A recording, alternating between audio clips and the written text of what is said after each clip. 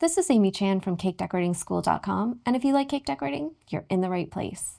Welcome to our flower series. In this video, we'll be piping Buttercream gladiolus. It's broken down into steps so you can skip ahead, rewind, and rewatch as desired. We're going to make a couple of colors for our flower today, and we're going to start out with a little yellow. We don't need very much, it's just for the centers. We're using American style buttercream and the following liquid gel colors: lemon yellow,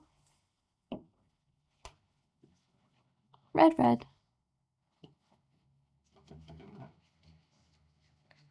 neon bright pink, and finally, royal blue. Starting with some yellow, so I'm just going to start with a little drop of that lemon and give it a mix around. There we go.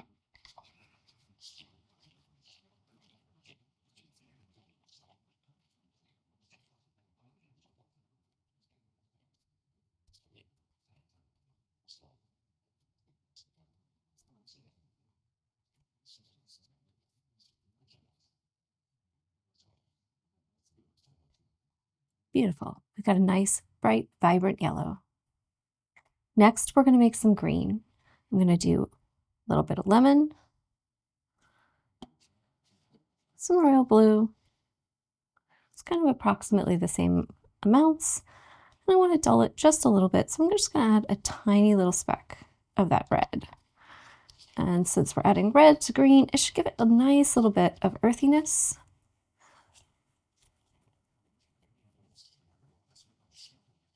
I always start out with just a little bit of that red because I don't want to go too far and make it really muddy.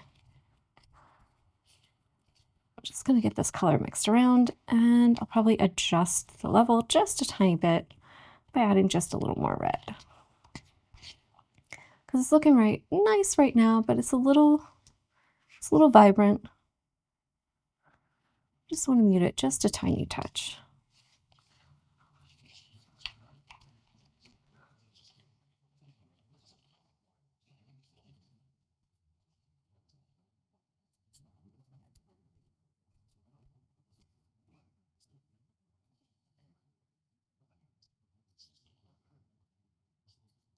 There we go. That's going to be a nice green for us. We're going to make 2 shades of pink. So I've got some buttercream in my bowl, and you can see I've just kind of split it. I've got a little bit to one side. We're going to make a dark shade, and we're just going to take a tiny touch of that and use it to make a lighter hue of the same color. So I'm going to start with just some red. There we go. And some of my bright pink, maybe more pink than red. And give this a mix around on this side. And when I get a nice intense shade that I like, I'll just pull a little bit on my spatula over to the other side and use it to make a lighter color of the same hue.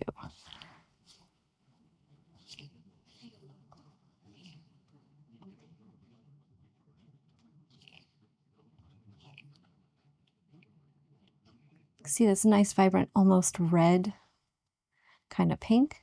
It's going to be really pretty. I'm just going to clean my spatula off and just use what's on the spatula to mix in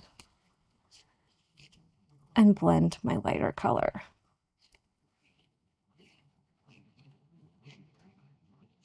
Basically just clean my spatula off and then give what's up there a mix around. And that's an easy way to create 2 colors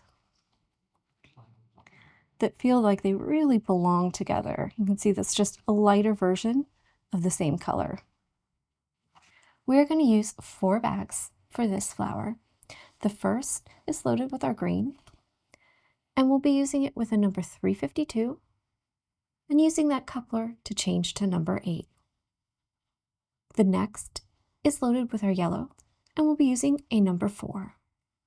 We have 2 striped bags. These are both 2 color loads. Our darker shade, that's kind of that almost red pink, is loaded up so that it's facing the top end of those tips, so think the skinny end of the opening, and our lighter pink color is loaded so that it's down at the bottom, so think the fatter end of the opening. We'll be using a number 122, and the second bag is fitted with a number 125. For our techniques, we're going to first make some lines. So think you can do this on the top of your cake and just drop straight down, or you can practice your 45 and glide as if we're practicing on the side of the cake. That's really up to you and whatever is most comfortable. You just want to make sure you're making a clean line. So start out touching, squeeze, drop down. So lift up and let that line drop into place. Make sure you go nice and slow. It's a big opening, so you don't want to go too fast. Touch down, stop squeezing and pull away. Or if you're going to do 45 degrees, just lift barely up. So you're just skimming the surface to do that line. We're going to make some long teardrops. These are going to look like closed buds that are all green. Same as regular teardrops, we just want to squeeze a little longer as we're going and kind of pick up steam. So think about squeezing, lifting up, letting that frosting balloon, and then giving it a nice squeeze as we pull and gently picking up speed. And that's going to allow us to create a nice tapered shape and a really long look to those teardrops. As far as petals go, we're going to start with some small fans with our 125. And this is going to give us the look of some like partially opened buds that just have a little bit of that color sticking out. So some little petals that are just beginning to peek out. For these, just 45 degrees with the bag. The back end, that clock position, is going to change based on how we're oriented on our cake. So just think about piping a nice little fan, so just a little flat wedge, and that's going to give us the idea of some petals sticking out. We're also going to do some regular teardrop shaped petals, both with our 125 and our 122, and for these it's just out, up, and around. And you can see we've got that nice stripe on the outside edge. So we're going to do some regular, so like think piping flat or parallel to the surface, and some we're going to pull out. So think about pulling a nice ridge towards yourself. And this will be easier when we're actually working in our practice session because we're going to pipe some little supports to kind of keep them standing up on edge. We're going to use our 352 for some leaves. For these, you want to touch the surface with one point, have the bag at 45 degrees, and the back end is just going to be pointing towards wherever you're pulling your leaf. And we're going to do some short, so think squeeze and pull really quickly, and some long. So think about extending it. So we're going to extend the squeeze part and then pull quicker. And that's going to give us an elongated leaf. And finally, we're going to do some little stamens. And these we're using number 4. And it's just like the spikes that we normally pull up when we're working on our flower nail, but because we're doing a flat piped flower, it's going directly on the surface of the cake and it's almost a side orientation. We're going to pull to the side. So think about squeezing, building up a dot, and then pulling. And that's going to give us that nice long tapered spike. So the harder you squeeze, the longer they'll be. We've reviewed our techniques, so now let's talk about how we're going to put them together to create a nice stem of gladiolus. First, we're going to pipe that stem. So number 8 tip with our green, and just pipe a nice line. It can be straight, you can give it a little bit of a soft curve, make it look a little more natural. Think about if you're piping on a cake, following the curve or flow of whatever your cake is doing to kind of make it work with the area you have. Then we're going to take that same tip, that number 8, and we're going to pipe some just long teardrop shapes to give ourselves some closed buds on top. It's very often that you have those on top of a stem of gladiolus and maybe only the flowers lower down are fully in bloom, and that'll give us a nice tapered shape to this grouping as well. So think 1 at least on top, 2 off to the sides, kind of stagger them so they're not right next to each other like little twins, 1 a little higher up, 1 a little lower down.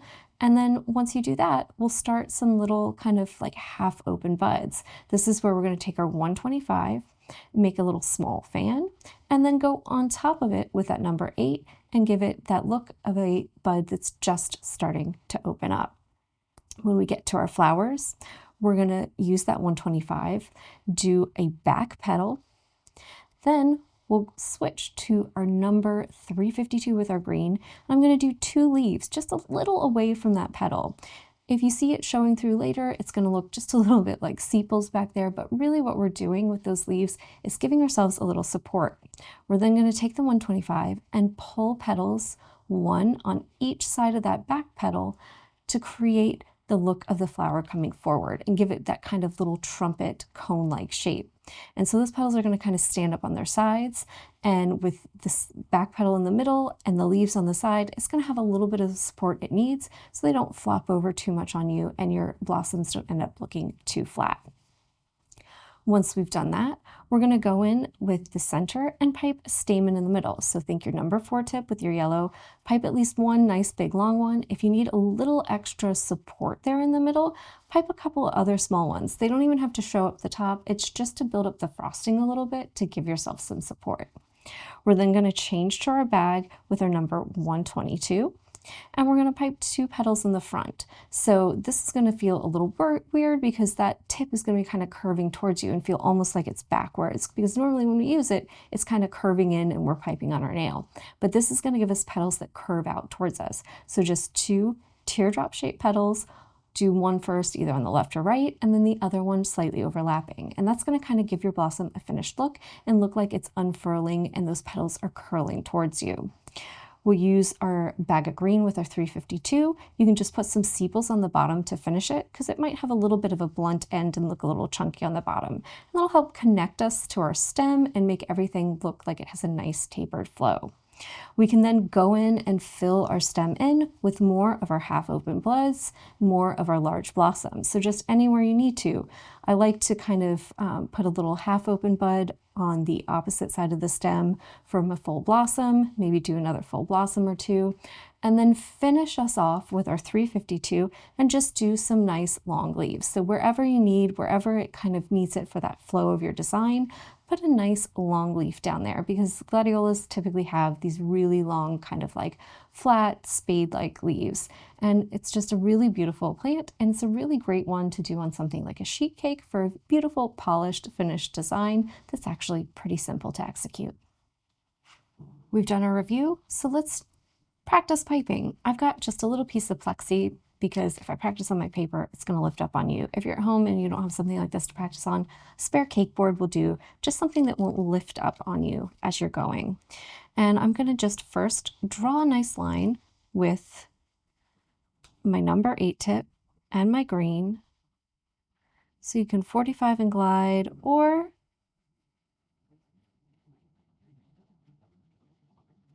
you can hold at 90. That's up to you. Just get a nice line on there. If you get an air bubble or break, those are going to happen. Don't worry too much about them when they do. Just make sure those lines are nice and connected. And gently go in and fill that little spot. We're going to start a design with some buds. So same tip, number 8 on our green, those nice long teardrops.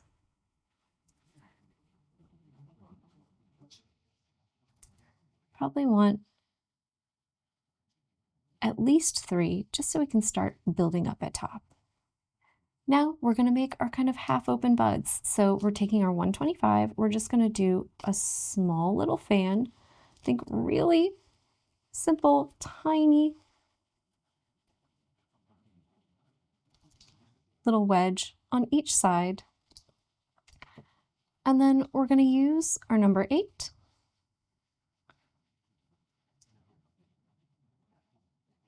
And do that long teardrop alongside it. It can either be to the right or the left, whatever kind of feels right. And you might switch them up. So it looks like those little buds are starting to open up and a petal is peeking out. Now we're going to work on a full blossom. I've got my bag of 125. And I'm just going to do a nice big teardrop shaped petal. If it overlaps some of your work above, that's perfectly fine. It'll give you the look of a nice dense stem of flowers. So fat end is towards the stem, skinny end is pointing out, and we want a nice teardrop shape petal. We're going to use our 352 in our green to pipe a support on either side. So just think a leaf just right next to, but not completely touching that petal. and that's going to give us the support for our side petals. Now we're going to do our petals that are on our sides. Still with our 125, come in right next to it.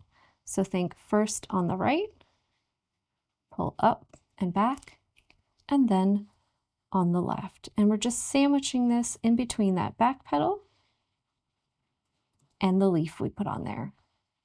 I've grabbed my bag of yellow. This has my number 4 on it, and I'm just going to do some little stamens there down in the center. Think about just kind of filling that area up a little bit. It's got some height to it, so we want to give support for the petals that are going to be on front. And we don't want them just kind of hanging out there unsupported because we don't want our design to slump later. You just want to make sure at least one of them is nice and long and comes almost to the top of that back petal.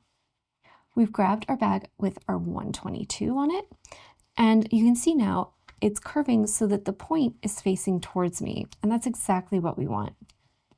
We're going to draw 2 petals right on top, so you want to start right down at the base at the stem.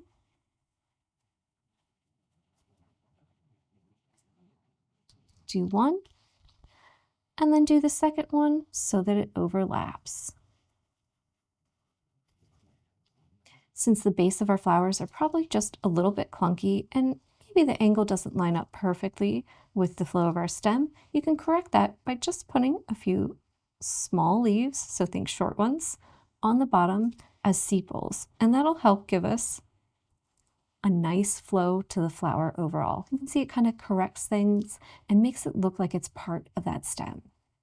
Now that we've got one full blossom on, I'm going to just go over here and do one of those half open buds to this side. That'll just kind of fill in this side of the stem a little bit for me without making it too chunky, because we don't really have room to do another full blossom over there without really kind of taking up a lot of space and making this stem get suddenly very bulky. I'm then going to go ahead and repeat what I just did, full blossom on one side, half on the other, but the opposite orientation. So I'll go down here and do a little half blossom underneath my full one and do another full one facing off to the other side. So you can see we kept going. We piped a half on this side and a full one on this side. And if I had a longer stem, let's say maybe you're working along the long side of a sheet cake or something of that nature, you could then even start doing full blossoms on both sides because you'll have enough weight that it'll feel gradual and won't feel too clunky. But for our purposes today, because we're working on this kind of short area, we just want to kind of do the alternates where we're doing only a half and a full together. When we finish them off, I like to do some nice long leaves with my 352, and you just want to do what your space allows. So just think about covering up any maybe blemishes at the bottom. Just give it a nice steady pull as you go and gain speed at the end when you want to finish. And you can see over here I have a bit of a longer space to do one in. It's a little bit more of an open area because I don't have that full blossom there. So just kind of do what your space allows for, and some nice long leaves at the bottom really help to anchor the design and make it look finished. That's all for this lesson on gladiolus, and you can see it gives us a really beautiful, vibrant stem of flowers, and we did ours in kind of a two-tone pink and red combo, but these really come in a wide variety of different shades, so it's very easy to make a fun, festive, beautiful design, especially for summer-themed cakes, in a variety of different colors with the same techniques, and you can make them as long or as short as you want to, making a nice versatile one for a flat piped design. If you enjoyed this lesson, try checking out some of our flat pipe lessons like our lavender, or if you want a little more challenge and you want to work on your flower nail, maybe try checking out our video on our basic rose. If you enjoyed this video and you'd like more about the cake decorating materials and equipment we use, or just some inspirational videos about cake decorating itself, you can follow us on Insta or YouTube at Cake Decorating School. If you'd like to know more about yearly membership and what it entails, you can go to www.cakedecoratingschool.com for more information. And if you're interested in these products, you can check the links in the description.